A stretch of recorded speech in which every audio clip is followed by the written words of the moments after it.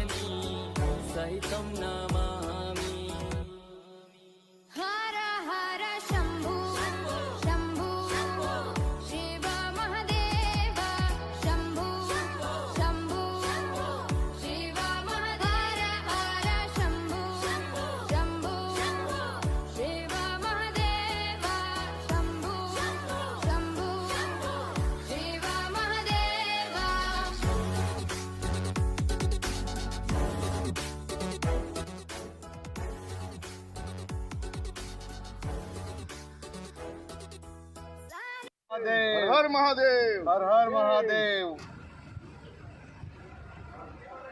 हर हर महादेव, हर हर महादेव, हर हर महादेव.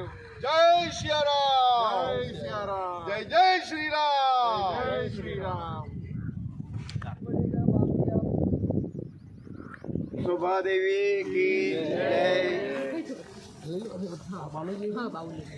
नाथ गुरुदेव की जय. बापू ब्रह्मनाथ महादेव की जय. હું પ્રવીણચંદ્ર જે પટેલ, પી.જે. પટેલ, નિખિલેશ્વર મહાદેવ ચેરિટેબલ ટ્રસ્ટના સેક્રેટરી છું અને ગુરુદેવની અસીમ કૃપાથી આ જ્ઞાન ગુરુદેવે મને પ્રદાન કર્યું.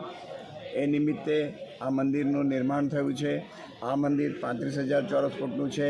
એમાં 400 થાંભલા છે, 144 દેવી દેવતા છે અને આ મંદિરમાં સહેજ પણ લોખંડ વાપરવામાં આવ્યું નથી.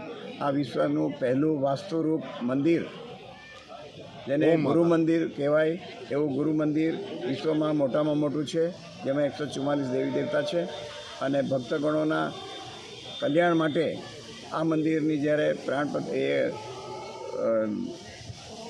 ભૂમિપૂજન થયું હતું ત્યારે સંકલ્પ કર્યો હતો કે સર્વનું કલ્યાણ થાવ. બનાવતા 20 વર્ષ થયા. બનવાનો જે મોકો મળેલો છે, હું એ બદલ ચંદ્રપ્રભાબેનનો ખૂબ ખૂબ આભારી છું. ખૂબ જ શાંતિથી અને સરસ રીતે આ પ્રસંગનું આયોજન થયું છે અને આ જ રીતે આજે વસંત પંચમીના દિવસે પ્રાણ પ્રતિષ્ઠાનો આ ઉત્સવ સાંજે પૂરો થશે.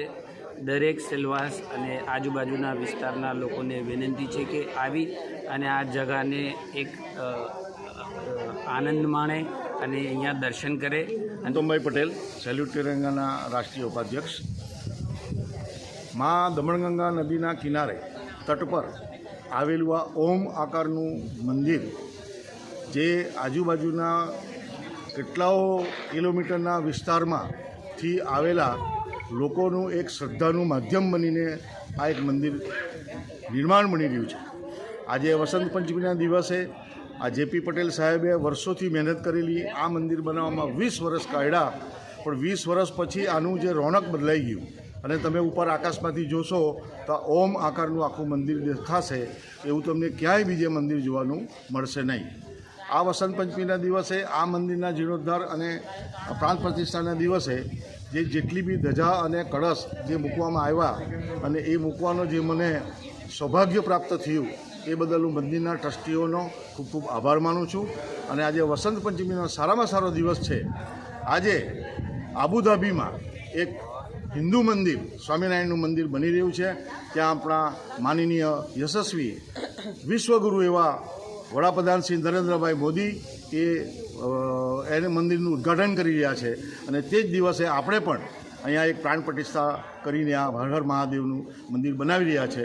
અને જે આ ભક્તો બધા ભેગા મળીને આ આખું નિર્માણ કરીને બધાએ સાથ સહકાર જેણે પણ આપ્યો હોય તેમને બધાને ખૂબ ખૂબ ધન્યવાદ. બોલો હર હર મહાદેવ, જય જય સીતારામ. જય સીતારામ.